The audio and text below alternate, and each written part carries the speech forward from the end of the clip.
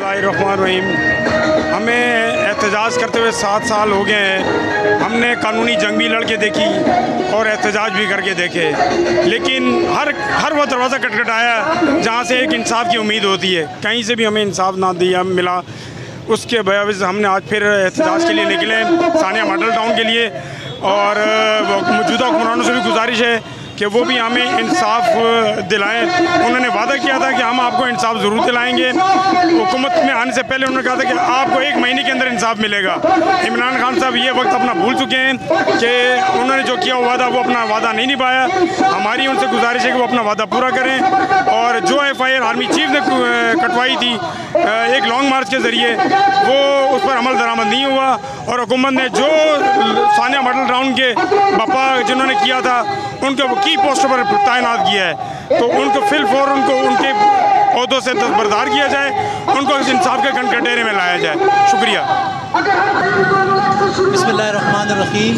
17 जून का दिन है आज ही के दिन 7 साल कबल एक सानिया बपा हुआ था और मजलूम पाकिस्तानियों पर जुल्म किया गया था, जिसके नतीजे में 14 लोग शहीद हुए थे और 100 से ज़ायद ज़ख्मी हुए थे। आज हमारी ये रैली, ये एहतजाजी मुजाहरा इस मकसद के लिए है कि हुक्मरान आज वो तो नहीं है, लेकिन बदकिस्मती से आज भी हमारे मुल्क के अंदर वो मज़लूम इंसाफ की दर पदर है। आज भी JIT वो मुअत्तल है, आज भी वो पुलिस एहलकार, वो अदालती निज़ाम मौजूद है। आज भी हमारे शहदाओं को इंसाफ नहीं मिला, इसलिए हम एहतजाजी मुजाहरा कर रहे हैं और हुक्मरानों को ये बताना चाहते हैं कि शहदा के मज़लूमीन को उनको हक देना पड़ेगा, और इंशाअल्लाह अल्लाह के हुक्म से इस सरज़मीन पर उनको हक मिलेगा। मैं इस पाकिस्तान की आवाम से मुल्तमिस हूँ कि इस पाकिस्तान के गले सड़े निज़ाम के तहत कभी भी किसी को कोई इंसाफ नहीं मिलेगा।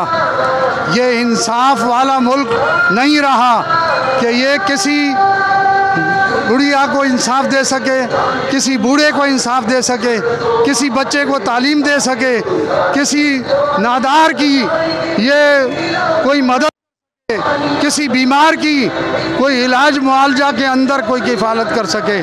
ये गरीबों की किफ़ालत करने वाला मुल्क नहीं रहा। ये गले सड़े निज़ाम और गले हुए निज़ाम वालों का मुल्क हो गया है। ये मुस्तवसत तबके का भी मुल्क नहीं रहा, ये अमीरों का मुल्क हो गया है। अमीर से अमीर तर होता जा रहा है और गरीब से गरीब तर होता जा रहा है। ए पाकिस्तानी कौम, तेरा शऊर कब बुलंद होगा? तुझे कब शऊर नसीब होगा? ए पाकिस्तानी कौम के नौजवानों, तुम्हें कब ये शऊर आएगा? ये वो मसीहा तुम्हारे नहीं हैं जिनसे तुम उम्मीदें लगा रखे हो। अरे लोगों, अगर उम्मीदें लगानी है तो सच्चे लोगों के साथ लगाओ, झूठे लोगों के साथ क्या उम्मीदें लगाते हो? अरे शोधाए मॉडल टाउन, उनकी रूहें पुकार पुकार कर इंसाफ की भीख मांग रही हैं। इदारे खामोश हैं, अदलिया खामोश है, फैसला हो चुका है, सियासतदान खामोश हैं। ये जालिम हुक्मरानों का मुल्क है। इस जालिम हुक्मरानों से क्या उम्मीद रखते हो, जिन्होंने इस दुनिया से कूच करने वालों को इंसाफ नहीं दिया? वो तुम्हें क्या देंगे?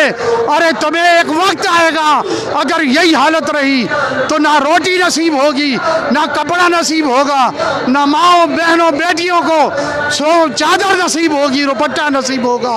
लोगों, अगर अपने बच्चों को तालीम देना चाहते हो तो आओ पाकिस्तान अवामी तहरीक की तरफ। अगर लोगों तुम अपने बीमारों का इलाज करवाना चाहते हो तो आओ पाकिस्तान अवामी तहरीक तुम्हें दावत देती है। इंसाफ चाहते हो तो आओ, पाकिस्तान अवामी तहरीक तुम्हें बुला रही है, पुकारे आ रही हैं, कब्रस्तानों से पुकारे आ रही हैं, नवाम से पुकारे आ रही हैं। सच्चे लोगों की पुकारें तुम्हारे कानों में नहीं आ रही।